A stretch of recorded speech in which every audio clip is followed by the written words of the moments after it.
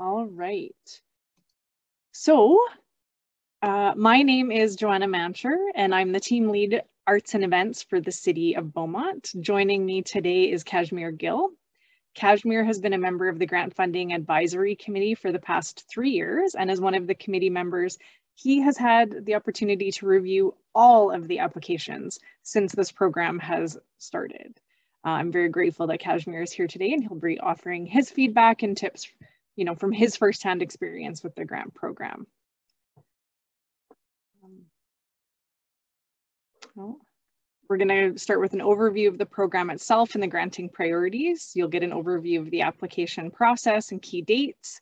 We'll review eligibility in terms of the kinds of organizations that are eligible, the types of activities that are eligible. Then we'll go through the application form itself and the final report with some how-to and tips, and we'll end with a Q&A. Now, one thing, throughout the presentation, if you would like to ask questions while we're going along, you're more than welcome to do that. You can just unmute yourself or use the chat function, raise hand, and we'll do our best to answer those questions as we go along. All right, so first up, about the community grant funding program itself. It started in, City Council approved the creation of the grant funding program in late 2018. The first intake and grants were awarded in April of 2019. And over the past 3 years, over $185,000 has been awarded to organizations within our community. The City of Beaumont program provides eligible community organizations with grants to support operating expenses. Now, this is for groups that are within their developmental stage, so the first 5 years, or if they've gone through a significant change that would sort of put them back into that early developmental stage. It also supports new and one-time projects, as well as initiatives and events. Organizations can submit more than one application per intake or per year. You're just required to submit separate applications for that. We had a question that came in advance, and I'm really glad for that. And the question was about how to submit or if joint applications are allowed. And the answer is yes. So the way that would work is that one organization would need to sort of take the lead, and then the other partner organization or organizations would be involved in helping to flesh out the answers to the application itself, but there needs to be one lead applicant for that. And that can be supported through letters of support, etc.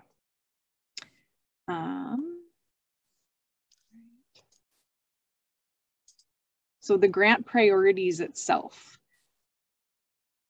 As written in policy C15.1 of the community grant program, funds are allocated to activities that build efficiency and sustainability through measurable outcomes. We're going to get into more of that in detail when we talk about the application form itself, like what that means to have a measurable outcome and how you demonstrate that both in your application form and in the reports that you provide. Applications are reviewed and ranked based on how they best meet program eligibility and priority criteria. And this is true for any grant, whether it's for the City of Beaumont or other granting bodies rather. We're going to go into more detail in terms of the application itself and how to best articulate all of this. But this is the big picture of what the grant program has for its overarching goals and objectives. So the criteria include for our grant is that it's designed primarily for the general population. It focuses on enhancing safety, attracting visitors, significantly contributing to the local economy, promoting volunteerism, and adding value to Beaumont and its residents. So a project that you could be putting forward might meet all of these, it might meet some of these, or it might meet these to varying extents, and that's okay. It's not necessarily that each proposal needs to meet every single priority to a T, but that is part of the weighting and how priorities are established and how the granting dollars are distributed. All right, the application process overview. So first you submit an application. Once the applications come in, they are screened by city administration. So also on today's call, I have Karen Gilbert. She's the Recreation Department Administrative Assistant. And between her and I, we'll be reviewing the applications as they come in to ensure that they are complete and that they meet the eligibility requirements. Now, if applications come in well in advance of the deadline and we review it and notice either, there's something missing or there's something, some information that wasn't included that makes us question the eligibility, there may be time for us to send that back to you as the group and have you update that and still be in time for the current admission cycle. And if not, you are more than welcome to resubmit at a later date. So the applications are then forwarded to the Grant Funding Advisory Committee.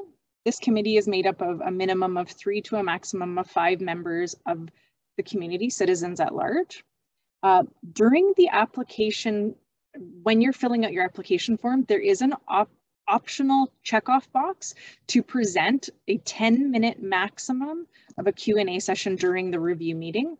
So again, this is optional, but there, just make sure that you do note that that is an option to do. And where that can come into play is you've submitted this great application form, or you think you have, but there's still questions that come up from the committee, and this is their opportunity to speak to you one-on-one or get more information. Joanna, a quick question about that. If you check mark it, if there's no questions on it, then you don't necessarily have that? No, you do. Yeah. Regardless, you'd have that. Yeah. Okay. Now, the one thing I will say, it is kept to a very strict 10-minute maximum because depending on the number of applications we get, that could make for a very, very long meeting if we start drifting over that 10-minute mark. So it is very strict. Once the review happens at the committee level, go ahead, Kashmir. Yeah, I was going to just add to that. Again, time is of the essence, so it's important. We feel that the application itself should be the primary tool for you to make that argument for the funding. Some things do come along, and we found the in-person presentations very helpful, but we've also found a few cases where the in-person presentation description and everything is very different from what we received in the application. So that it puts it in a bit of a conundrum in terms of what was really intended and what we're hearing now. So it's important to be consistent with the intention and the messaging that you bring forward. Thanks, Kashmir. That's a great point. So once that meeting concludes, the committee presents its recommendations to council at a council meeting. City Council then makes a final decision, and City Council may grant all, none, or a portion of the funding requested. Regardless of the outcome, all applicants will be notified of their results. Successful applicants will receive funds once they've signed a letter of agreement. And that can actually be just part of the application form itself, but we'll be just making sure that there's communication back and forth between city administration and the group about what's required. And the remaining 20% of the funds are distributed after we have received and approved the final report. So that's an important component to remember too, that needing to plan to be able to accommodate funds coming in at the end. And I guess I would always say that, in very special cases, if there's a strong argument for why the full amount is needed up front, I think that would be considered on a case-by-case basis, but it should be, you should plan to receive only 80% of the funds, and that is 80% of the approved funds. So let's say you request the full $10,000 and you're approved for $5,000. Well, the 80% of $5,000 is $4,000. So you'll get that chunk of money, and then the remaining 1,000 would come in at the end. Throughout the application process, you're welcome to contact city admin, to answer questions. We want to see everyone succeed in this process. So, the more we can help along the way, we're happy to do so. The email address and the phone number on the screen, that takes you right to Karen. And again, like I said, between Karen and myself, we'll make sure we get the answers to all of you that you need. All right, key dates. There are 2 intakes per year. The first is April 1st. The second is October 1st. Now, if the first falls on the weekend, the deadline is then the following Monday. So for this year, April 1st is a Friday. However, October 1st is a Saturday, which means that the October 1st deadline gets pushed to 10 a.m. on Monday, October 3rd, 2022.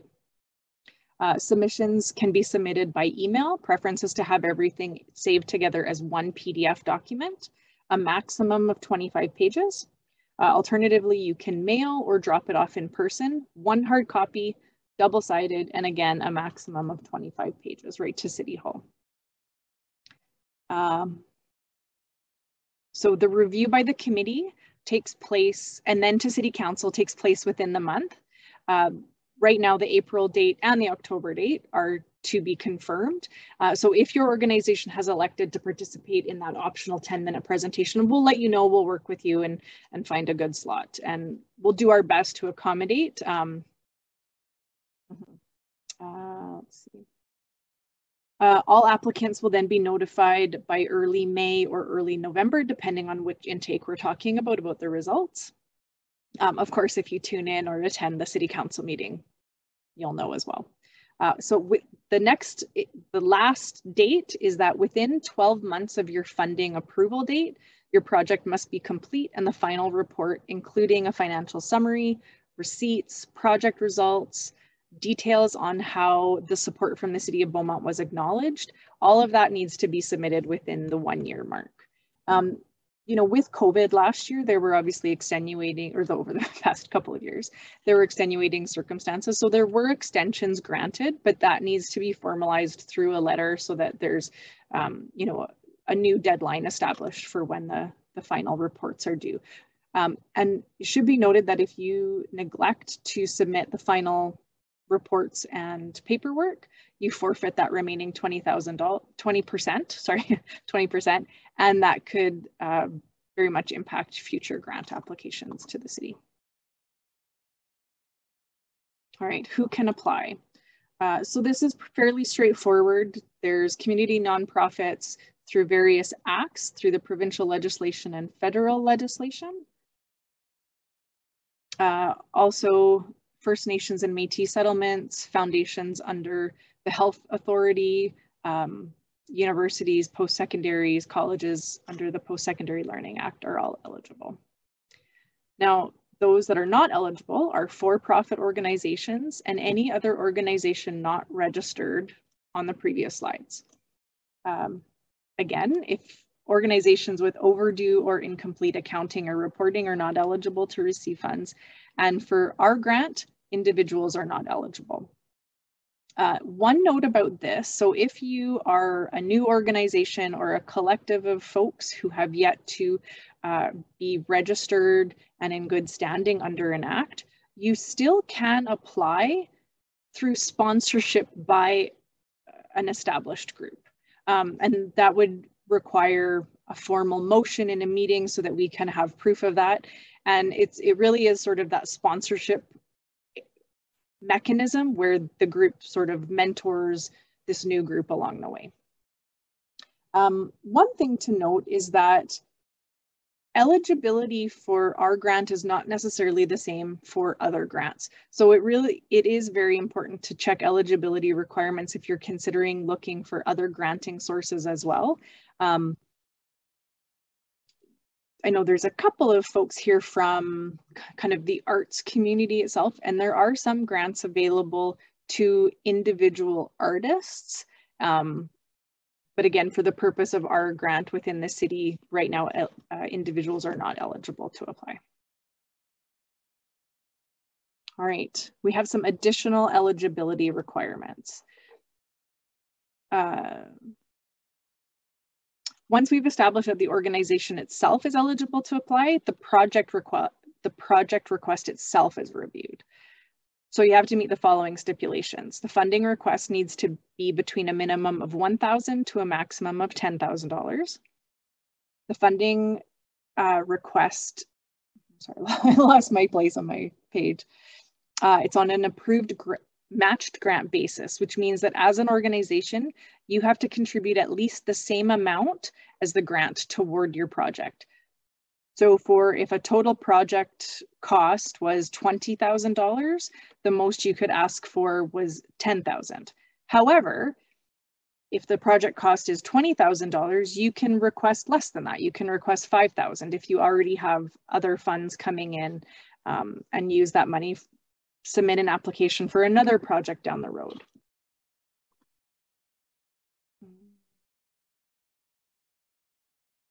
We'll go into the matched grant basis a little bit in more detail in just a minute. Additionally, previous monies received from the City of Beaumont have to have met reporting requirements. So again, we're seeing a lot of repetition in a lot of these places. And I think that's actually something to note for grants overall. There's kind of, in some ways, a lot of circular reference in places where questions ask you similar things. Even details from your budget are either directly mentioned in other aspects of questions or they're hinted at. So it's really important to understand the full scope of the application itself and see where everything overlaps.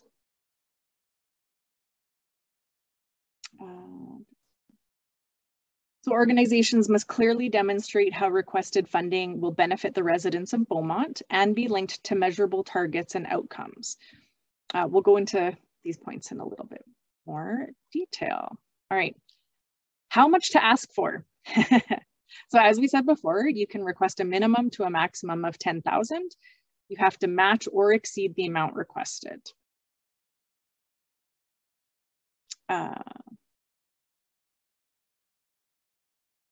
The matching funds can be in any form of combination of money, donated equipment, donated services or materials, donated volunteer time.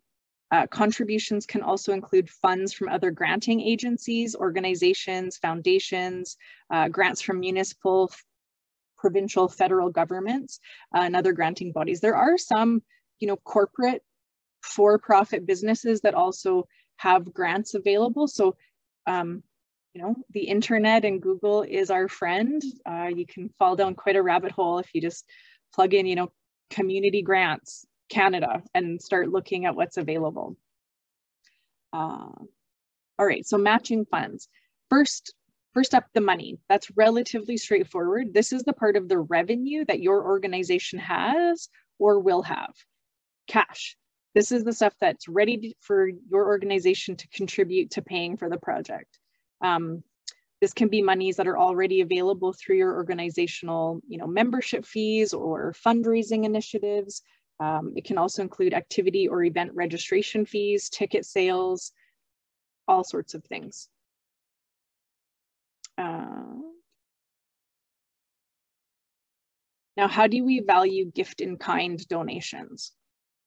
Donations are often referred to as in-kind contributions, and the value of donated resources is based on the rates from the Alberta Community Facility Enhancement Program. So these numbers that you're seeing on the screen are taken directly from that grant. And I think that's fairly consistent across the board from other grants that I've also researched. So when accounting for gifts in kind, these goods and services need to be essential to a project's success. That is to say, if it was not donated, you as an organization would need to purchase this or rent it or hire someone to do the work. And an important component is that the company or an individual is not otherwise reimbursed or compensated in any way for this donation. So it's a true donation coming in. So these donations are real contributions and there is a dollar value to them, and you can put that in as your revenue. Now, when you talk about, so for the donations, it's really important to keep track of volunteer hours, and you need to be prepared to have supporting documentation. So that's like volunteer sign-in sheets, dates, names, signature, the kind of work they're doing, the number of hours, and then you're accounted for rate.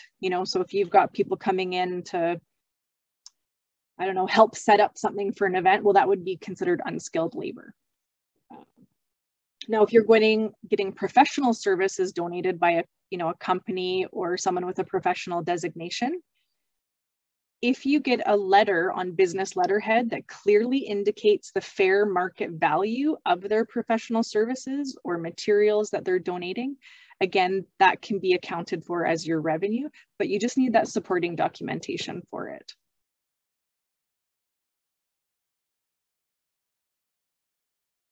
All right.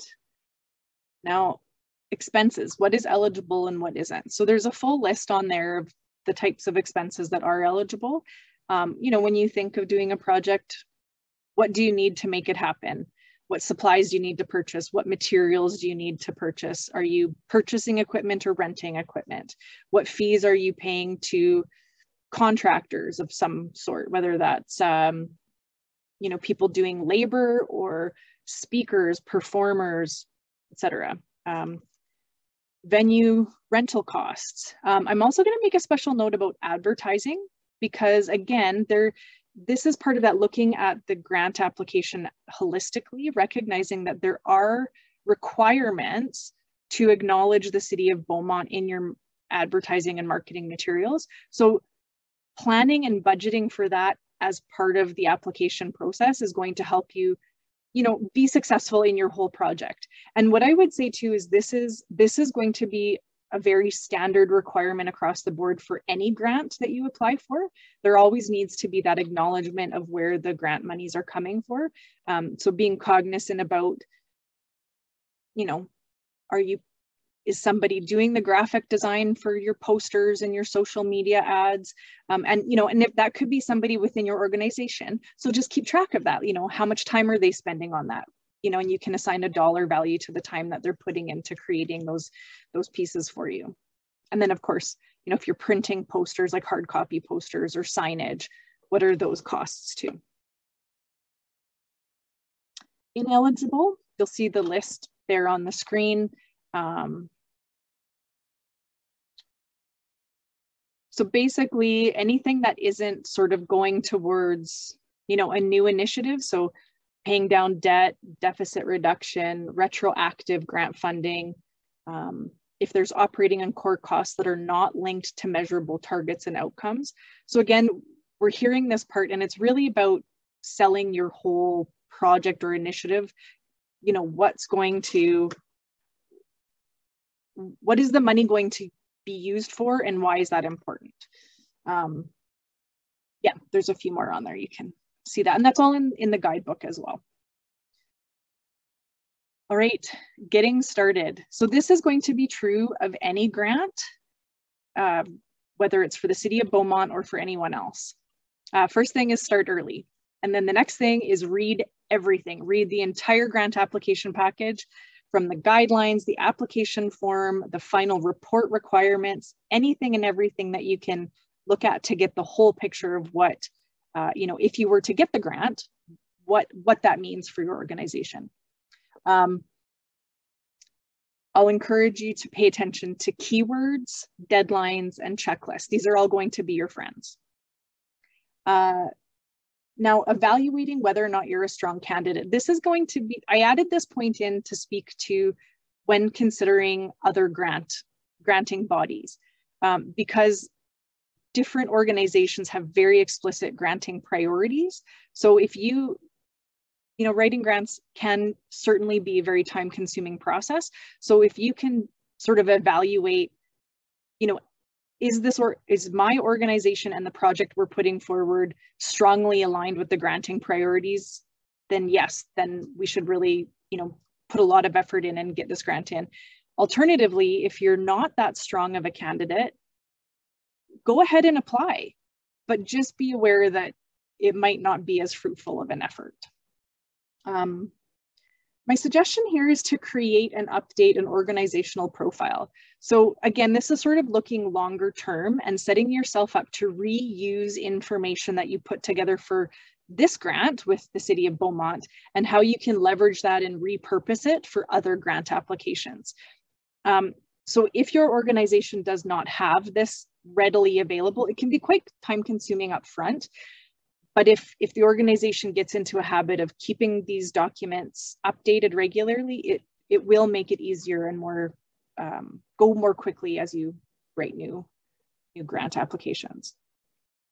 The next thing is, write up your grant application in a separate document, whether that's a Word document, Notepad, Google Docs, whatever it is, and then copy and paste that into your grant application. Again, it's just keeping reference of what you've worked on. It makes it easy to, modify it for other grant applications, repurpose it into your final report later on, etc.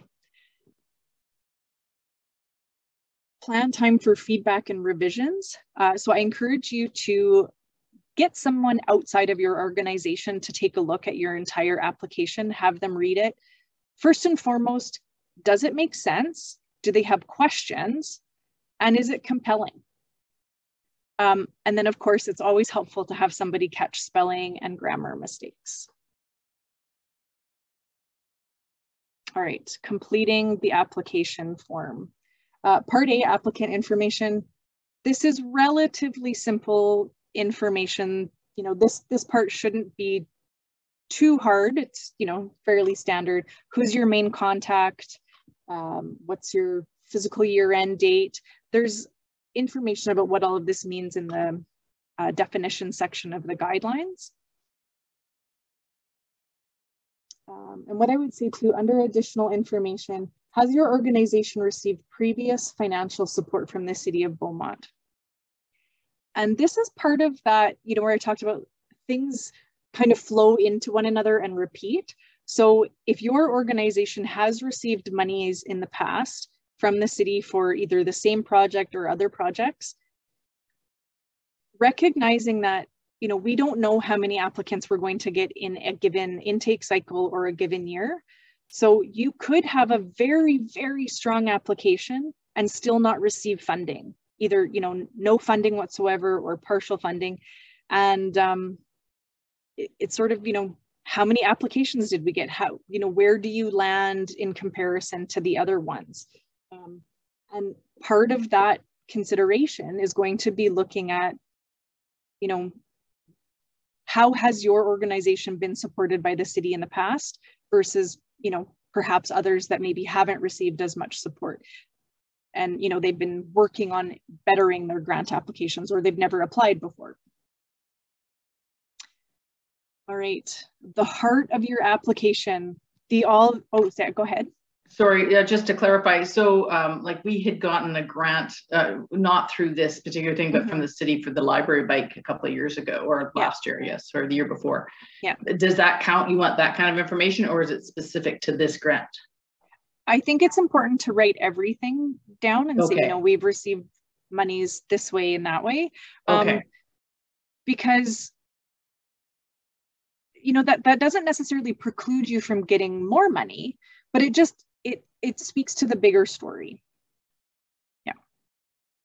All right, so we're getting into all of the questions about your project outline, answering all the questions. This is the heart of your application. And the analogy that I would like to get everybody thinking about is that grant applications are like cover letters and resumes. So, a job application posting goes up and they're looking for their ideal candidate. And that, says, we want somebody with this kind of experience, these kind of credentials, this is the kind of work you're going to be doing. That's not dissimilar to how granting bodies give out their money. So with the City of Beaumont, we already saw what those priorities were. It needs to benefit residents within Beaumont. The priority is to reach out to the general population as opposed to a very small group. Now there is a caveat with that, and we'll get into that again in just a bit. But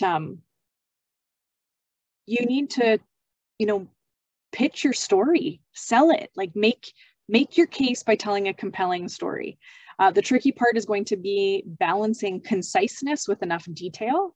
So, we forget that, when we've been involved in something for a long time, there's acronyms, there's lingo that it's like, oh yeah, we know what all this is, but somebody who's new, they're going to read that and be confused. So tip, write out acronyms for the first time.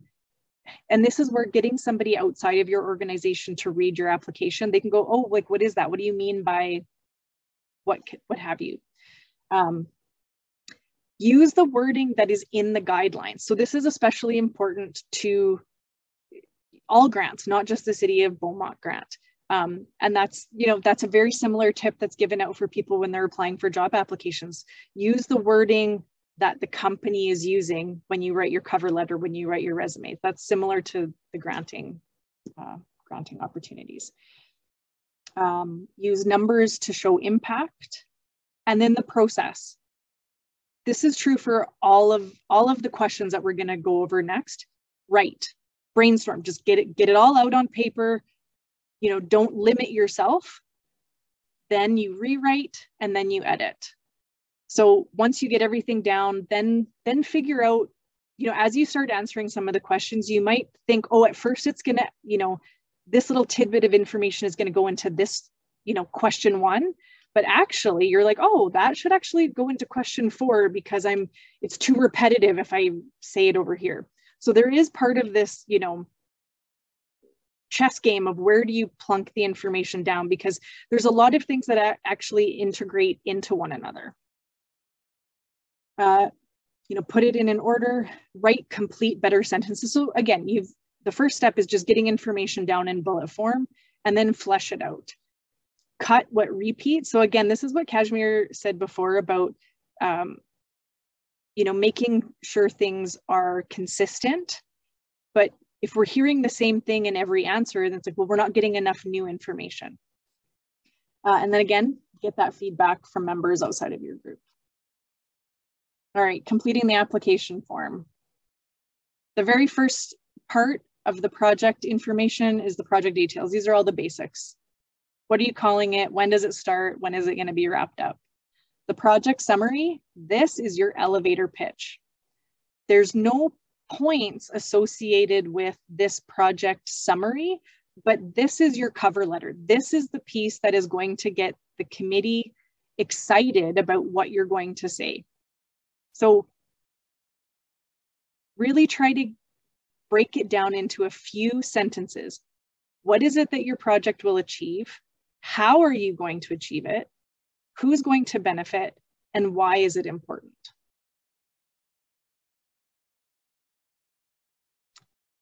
Now, this is the assessment ranking and weighting that is established for this grant. So we're going to go through each of these sections.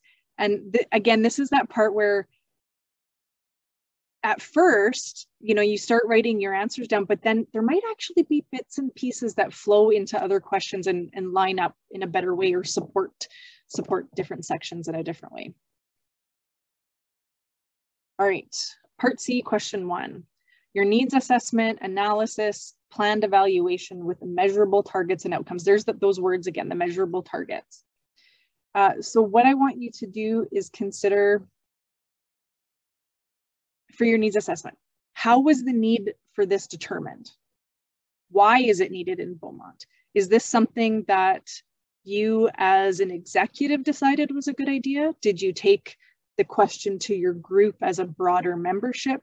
Did you go outside of your group and get, buy-in and hear from other members of the community? Next up, analysis. How is your proposal going to address the conditions or the needs that you've identified? You've done the needs assessment. Now, how is it that your project is going to solve this problem? Who supports this proposal from outside your organization? So again, this is that opportunity to get, buy-in from other groups, do a partnership together. Measurable targets and outcomes. What are your goals? These are the broad statements of purpose. Then that desired outcomes. These are very specific and measurable results. So we want to see an increase of X number of users over a 1-month period, consistently over 12 months. It's how are you going to determine whether or not your project is a success? What are your benchmarks? Go ahead, Kashmir. Yeah, I'm going to just say that the project summary is what gets the juices going for the committee. And this section is the most critical in terms of there's rating and weighting point system that is fairly well distributed. But this is where really, you're making that pitch, in terms of identifying what the need is, what benefits you're going to provide, and who the beneficiary is going to be. So I would encourage people to spend quite a bit of time on this particular section. Question 2, what's the cost benefit value? How does this project demonstrate an appropriate use of municipal funds? So deciding that, you need to ask yourself, what's the anticipated benefit to the community going to be immediately, in the short term, in the long term? What could be anticipated negative consequences? What are the consequences if the project is not funded? What is the cost of not funding this proposal? So this is part of it. Like, it's interesting because, just what Kashmir said is like that first section is really important. And this is almost an extension of that. It's saying, this is reiterating exactly why it is so important to do something. It's that you've looked and done an assessment of going, if this is not funded, this is how it will negatively impact the community. And does the benefit outweigh the cost? Go ahead, Kashmir. Again, this is probably an overlooked section that we find in the applications. And it's the most value that you've actually thought the various pros and cons of this project going ahead or not going ahead. And it basically looks at what mitigation strategies. If the funding is not available or you got a lower amount of funding, do you have a backup plan? Or what would the negative impacts would be? As I said, telling a compelling story based on facts. So it follows on. Each of these questions follow up from the previous, and you're building and adding more context for the reviewers. And the other thing I would add, Joanna, is that it's for the volunteers here. We're all volunteers.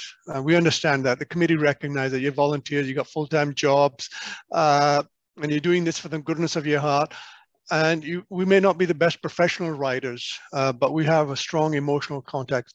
And it's to translate that emotional context into a format that makes sense on a standalone document. We often find people said, oh, I've applied before, so I've already submitted the information before. I don't need to delve into that much detail.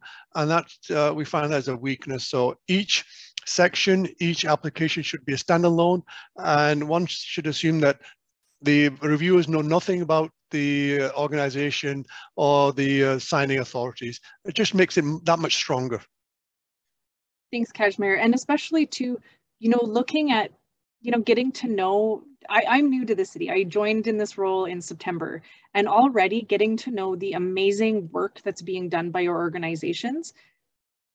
People within Beaumont know it, but, being able to really flesh this out will help organizations be successful in receiving grant monies from other granting bodies, because that really will be the case. You are going to be up against, a very similar organization from, Grand Prairie doing something, or from Okotoks doing something, trying to get provincial funding. And, how you can tell that compelling story. So again, I hope that, we can look at this as sort of a leapfrog to what other granting possibilities are out there as well. All right, degree of financial need and how much self-help. So again, this is, go ahead. Could I just sorry to interrupt, Joanna, just one. I know it takes a lot of time and effort, as you mentioned, to put pen to paper, put thoughts together. And I've been in government long enough to see thousands of grant applications, written them myself. The key thing is to think about this process as one where we're strengthening the organization. Not only for future grant application, but strengthening your own vision and your reason for existence. The more compelling reason you can articulate here, the better you're going to be in the outside world as well. When you go into your donors and volunteers and others, you can give that a compelling story to them. So think of it as a sort of introducing that discipline into the organization, creating that focus, vision, passion, not only internally, but externally as well. Perfect.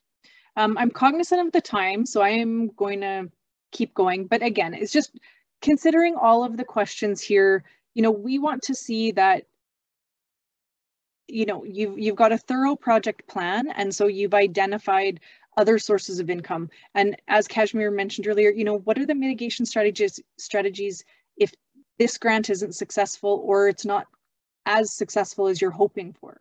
Like what history do you have of being able to show that you're going to be able to carry this forward? Which very much dovetails into your demonstration of a thorough project plan. And not unlike what Kashmir just said, does this particular project align with your overall mission and vision, your short-term and long-term strategies for your organization as a whole? Who is going to participate or be impacted by your project? Have they been involved in the planning? It's one thing to say, oh, our executive group has decided this as a project. But if you can, demonstrate that this was, a grassroots idea that came, you're answering a need and the people most impacted are involved in the planning, that also speaks to the capacity of this project going to be viable. Are the actions outlined with enough detail and appropriate timeline? Again, thinking risks, and if these last 2 years have taught us nothing, there's a lot of risk with outside forces. So thinking about, have you anticipated what could go wrong? What, how do you accommodate those things? Identifying, does your project happen all as one piece, or are there phases and stages? If there are phases and stages, can they go on even if there isn't funding approved? We just want to be confident that this has been well thought out and wasn't just sort of a back of the napkin, oh, we've got a great idea, but then we didn't walk through the nuts and bolts of how we're going to make it happen. Okay, number of people impacted. So this is that special consideration part going, the priority for the program is to benefit Beaumontonians. But within that, is there a specific demographic that will benefit? Is it going to be a small number of people, but there's going to be a huge impact to that small number of people? Or is it going to be a very large number of people and a smaller impact? Or like, where does it fall on that spectrum? And just being able to convey that information. And it's just part of that whole story of identifying the need, what need you're meeting, and how you're meeting it. Go ahead, Kashmir. Yeah, I was going to say, in that context, the scope is fairly broad, but if you can identify an underrepresented group or underprivileged group, or that don't have the access that a normal group would, I think that certainly adds to the value, as opposed to something that it could be an elite group, but is it elite simply because of the economic of the household, or there are some other aspects involved as well? So, whether you're looking at seniors, children, disadvantaged children, children with disabilities, and so forth. Those are the things to highlight in this section. Financial stability and ability to raise matching funds. And again, this is the part where we've already talked about, there's actually a lot of information that you've already thought about in other places that now it's, you may have already talked about some of this in another question, and then it's like, oh, actually, we're going to plunk this into question number 6, or you're going to pull something from question 6 to highlight something else. So,